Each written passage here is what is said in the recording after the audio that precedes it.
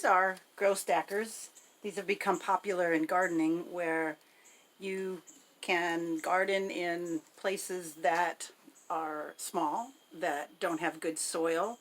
If you don't want to garden into the ground, if you have just a patio, and they can be put in lots of places. They take up very little footprint. As you see, they're stacked one on top of the other, and on this setup I have 7 of them stacked, and I would probably do it a little bit differently. I would probably not put maybe 2 on the bottom. I might have 5 because it's kind of unwanted space, and that's what led me to grow pineapples, which I wanted to show. I've grown so many things in these, everything from annual plants like radishes and onions and tomatoes and peppers and cucumbers, zucchini, peas, snow peas, different beans, and things also like celery, leeks that take a lot longer or that like more water, and the unusual things like pineapple and turmeric.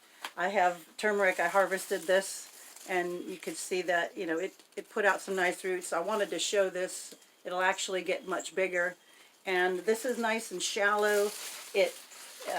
I have this on an automatic watering, so it can deliver the nutrients and the plants can grow quickly.